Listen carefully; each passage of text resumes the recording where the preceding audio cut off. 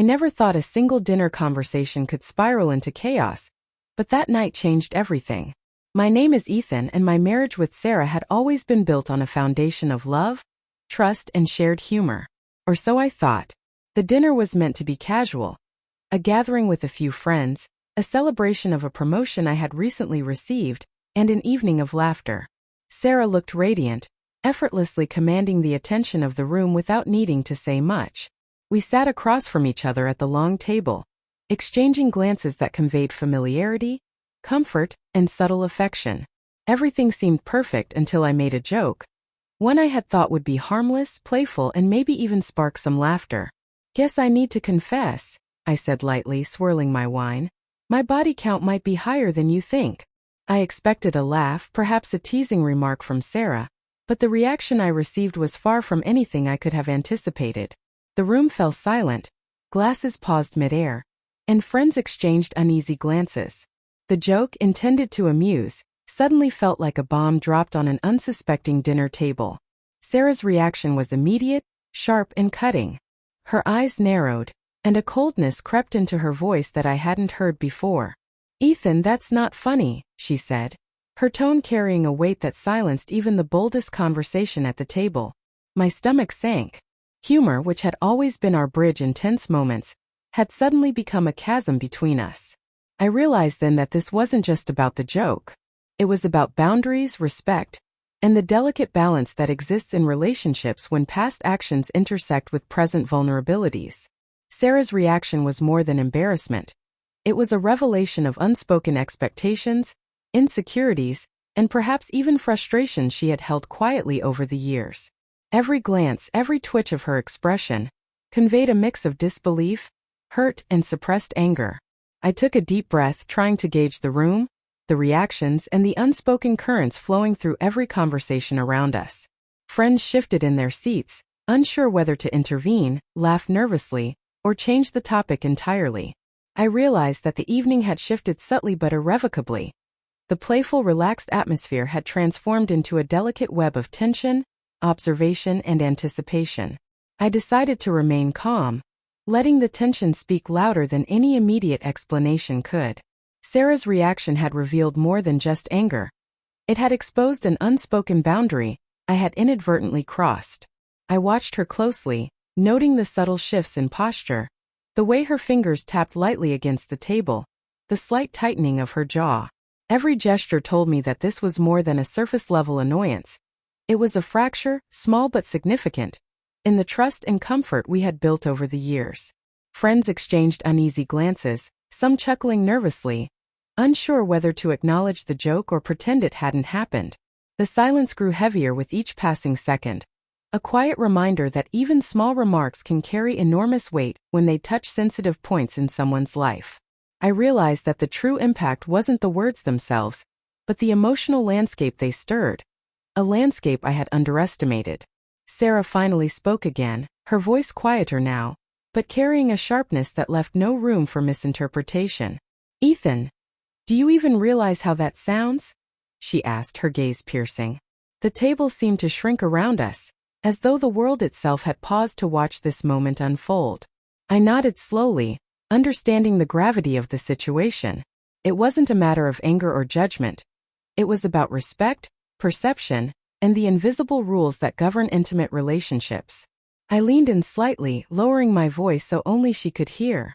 "Sarah, I didn't mean to hurt you," I said, careful to choose each word.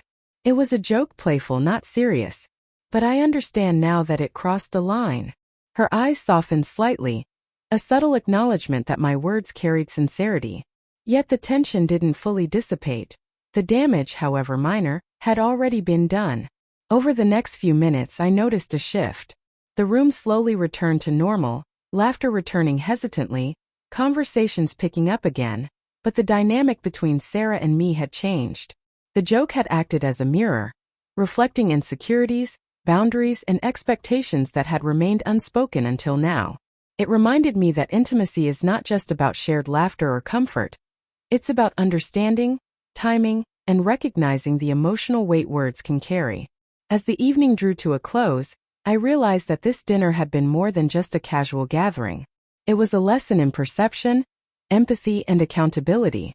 Sarah's reaction, sharp and immediate, had highlighted the fragile balance that exists in relationships, the delicate interplay of humor, respect, and trust. And while the room had returned to normal, I knew that the echoes of this moment would linger, teaching both of us that even playful remarks can have profound consequences when they touch the unseen boundaries of the heart. After dinner, we stepped outside to the quiet of the balcony, the city lights stretching endlessly around us. Sarah's expression had softened, though a trace of tension remained. I could feel the weight of the evening pressing down, the subtle reminder that one careless remark could ripple far beyond the moment it was spoken. "I know it was just a joke," she said quietly, her voice low enough that only I could hear. "But jokes like that, they cut deeper than you realize." I nodded, understanding the depth of her words. Humor, while often a bridge, could also be a test, a reflection of past experiences, insecurities, and unspoken fears. Tonight, it had revealed a vulnerability I hadn't fully appreciated. I took her hand gently, holding it between mine, letting the warmth and physical presence speak louder than explanations ever could. "Sarah, I get it now. I misjudged the impact. It wasn't playful for you, and I respect that. I'll be more mindful always," I said. Her eyes met mine, and for the first time since the joke, I saw a mixture of relief and renewed trust. The tension, while not erased, had been acknowledged, confronted, and softened. The evening's lesson lingered in my mind long after we returned home. It wasn't about guilt or blame. It was about awareness, sensitivity, and the quiet power of understanding someone's boundaries. Every relationship carries hidden thresholds, subtle lines that must be navigated with care. Words that seem harmless can ignite emotions, memories, and insecurities we may never fully see until they surface unexpectedly. In the following days, Sarah and I talked more openly than we had in months. The dinner, awkward and tense as it had been, became a catalyst for honesty, reflection, and growth. I shared my perspective, she shared hers, and together we rebuilt the sense of trust that had wavered for just a brief moment.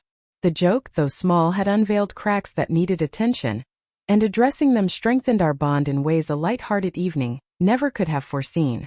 By the end of the week, the incident had transformed from a source of discomfort into a reminder of connection and care. Humor and intimacy, I realized, must coexist with respect and understanding. And while playful remarks can entertain, they also have the power to teach, to reveal hidden truths, and to ultimately strengthen the foundation of love when navigated with awareness. That night, the dinner table had seemed ordinary, but it had been anything but. It became a defining moment, proof that even in the midst of embarrassment, silence, and shock, patience, empathy, and clear communication could transform tension into trust, and a fleeting misstep into an enduring lesson for both hearts involved.